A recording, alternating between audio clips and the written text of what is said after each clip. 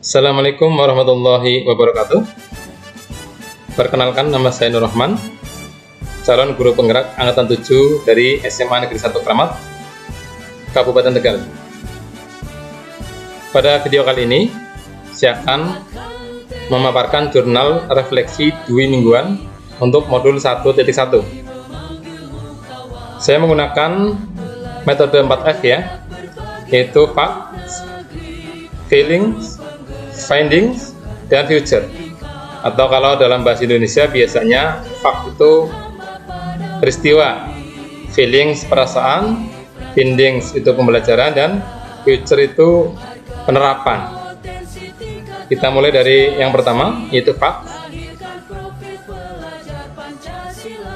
Peristiwa yang saya alami 2 minggu yang lalu adalah bahwa pada tanggal 20 Oktober tahun 2022 PGP angkatan 7 resmi dimulai. Kemudian tanggal 21-nya sudah mulai melaksanakan pretest. Pada tanggal 23 Oktober kami melakukan lokal karya orientasi di SMK Negeri 1 Adiwerna atau SMK ADP. Di sanalah kami mulai bertemu dengan rekan-rekan perjuangan CGP angkatan 7 ya. Kemudian ketemu juga dengan pengajar praktek. Kemudian kami diskusi, ketemu sama kepala sekolah juga di sana. Dari situ saya melihat bahwa orang-orang yang terlibat di CGP ini adalah orang-orang yang memang terpilih ya, punya semangat yang luar biasa. Kemudian pada hari Senin tanggal 24 Oktober kami sudah mulai belajar mandiri melalui LMS. Ini masuk ke mulai dari diri ya. Kemudian pada tanggal 25 Oktober kami melakukan eksplorasi konsep di forum diskusi mandiri. Di sana kami menuliskan pendapat tentang materi yang sedang dipelajari, yaitu pemikiran-pemikiran Ki Hajar Dewantara. Pada tanggal 26 Oktober kami melakukan ruang kolaborasi dengan berdiskusi melalui video conference ya, dengan fasilitator beserta teman-teman CGP dari 2 PP yang berbeda. Di sana kami saling bertukar pikiran, berdiskusi tentang implementasi pemikiran KHD pada konteks sosial kultural di daerah saya, yaitu Tegal. Selanjutnya kami diminta membuat sebuah paparan ya untuk didiskusikan pada esok harinya.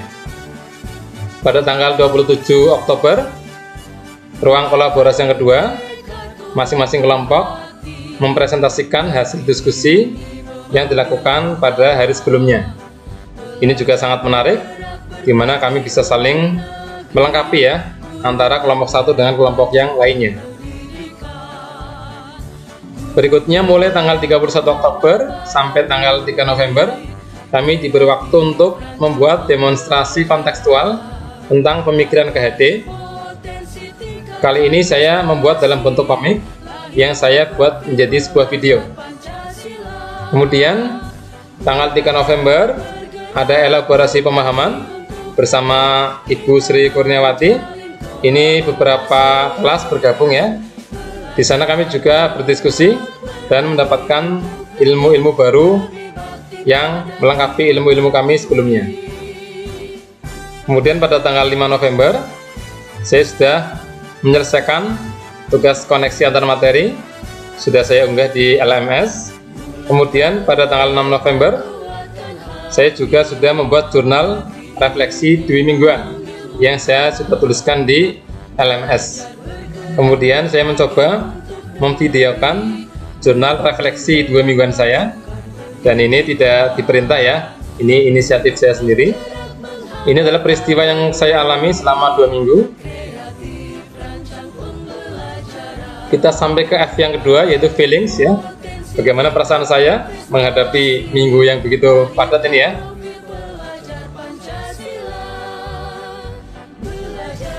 Terus terang, saya sangat antusias dalam mengikuti rangkaian kegiatan PGP ini. Meskipun demikian, ada juga sedikit kekhawatiran.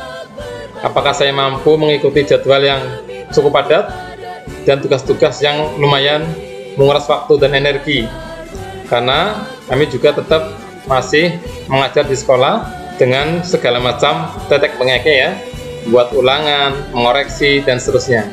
Dan ini tambahan lagi ditambah lagi dengan program TGP ini.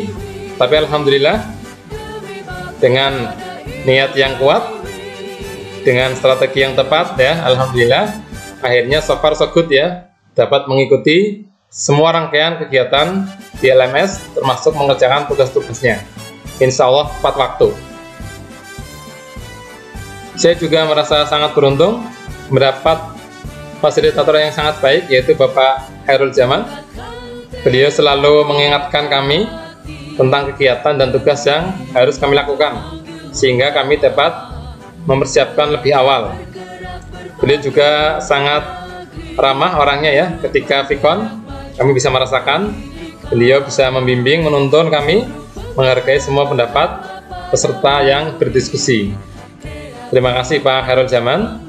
Saya juga sangat merasa beruntung bisa berkolaborasi dengan teman-teman CGP yang luar biasa, yang saling support, berpikiran terbuka, dan memiliki berbagai pengalaman yang bisa saling dibagi. Ini adalah perasaan saya. Kemudian apa yang saya peroleh, pembelajaran apa yang saya dapatkan, ini ada di Findings ya.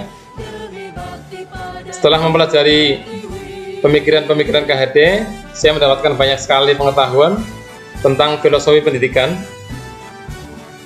Dari KHD saya dapat tahu bahwa pendidikan itu ternyata hanya menuntun segala kodrat yang ada pada anak. Selama ini saya merasa saya bisa membentuk anak sesuai kemauan saya. Ternyata anak sudah punya kodrat, sudah punya potensi, dan tugas pendidik hanya menebalkan potensi mereka saja. Dari beliau saya memahami bahwa mendidik itu seperti petani yang merawat tanamannya. Kalau menanam padi, dirawat sesuai dengan tata cara kodratnya padi seperti apa. Jangan berharap ya ketika menanam padi akan tumbuh jagung, karena beda kodratnya. Seperti itulah pengkiasan yang sangat luar biasa dari KHD. Kemudian saya juga menjadi tahu bahwa murid itu tidak seperti kertas kosong yang dapat diisi apa saja oleh guru ya. Mereka itu sudah punya potensi-potensi yang masih samar-samar. Nah, tugas pendidik adalah menebalkan potensi yang positif dan membiarkan potensi yang negatif agar semakin samar-samar, bahkan tidak kelihatan sama sekali. Saya juga jadi tahu bahwa pendidikan ternyata harus sesuai dengan kodrat alam dan kodrat zaman. Harus sesuai dengan kultur, sosiokultur di mana peserta didik berada, kemudian juga harus menyesuaikan dengan perkembangan zaman, sehingga anak-anak kita bisa menghadapi masa depan dan tantangan zaman yang selalu berubah-ubah. Kemudian ini juga konsep yang luar biasa, yaitu guru harus berhamba pada murid. Pada saat mendengar kalimat ini saya agak sedikit bingung ya, karena kata-kata berhamba. Tapi setelah dipelajari, maksudnya adalah bahwa kita harus mengutamakan murid dalam membuat sebuah perencanaan pembelajaran. Pembelajaran harus berpusat pada murid, kemudian harus membuat murid merasa terlibat aktif ya dalam pembelajaran. Kita juga harus bisa mengatasi hambatan-hambatan yang ada pada murid, sehingga strategi model yang dipilih itu harus berorientasi pada kepentingan murid, bukan kepentingan guru. Kemudian ada konsep trilogi pendidikan yang sangat luar biasa, yaitu Ingarso Sung Tulodo, Ingmat Yomangun Karso, dan Tutpuri Handayani. Meskipun kalimat ini sebelumnya sudah sering terdengar, namun setelah mempelajari kembali, terasa ada sesuatu yang baru yang dapat kami rasakan, semangat untuk bisa menerapkan dalam dunia pendidikan, terutama di kelas dan sekolah saya.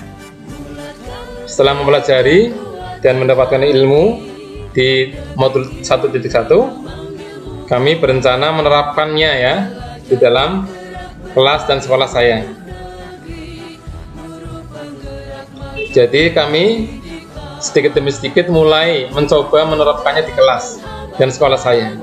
Saya sudah mulai merubah sikap saya terhadap siswa yang tadinya Kalau ada siswa yang salah, saya langsung marah, menghukum. Sekarang saya sudah mulai mencoba memahami kenapa siswa bisa berbuat seperti itu. Kemudian saya berusaha lebih memahami kondisi murid dan berusaha lebih sabar dalam menghadapi berbagai karakter mereka. Saya sudah mempersiapkan mental saya ketika masuk kelas, bahwa saya sadar sepenuhnya anak-anak itu punya karakter yang berbeda-beda, latar belakang yang berbeda-beda, sehingga saya siap ya menerima kondisi mereka yang mungkin unik-unik, bahkan kadang-kadang lucu-lucu ya. Ketika kita menghadapi dengan kesabaran, dengan niat yang baik, insya Allah semuanya bisa teratasi. Kemudian saya juga mengupayakan bahwa suasana pembelajaran di kelas dibuat lebih nyaman dan melibatkan murid dalam proses pembelajarannya. Saya juga berusaha lebih meluangkan waktu untuk menuntun murid yang mengalami kesulitan belajar dibandingkan mengejar target materi. Saya juga akan berusaha lebih keras lagi untuk menjadi guru yang patut diteladani oleh murid-murid saya. Ini adalah refleksi dari kegiatan 2 mingguan ini ya, modul 1.1, yang saya merasa memperoleh ilmu yang sangat banyak. Saya juga merasa mendapatkan tamparan-tamparan ya ketika mempelajari materi ini. Saya kembali ingat bagaimana saya bersikap kepada murid, bagaimana saya memperlakukan murid, dan seterusnya. Semoga bermanfaat. Saya akhiri. Assalamualaikum warahmatullahi wabarakatuh.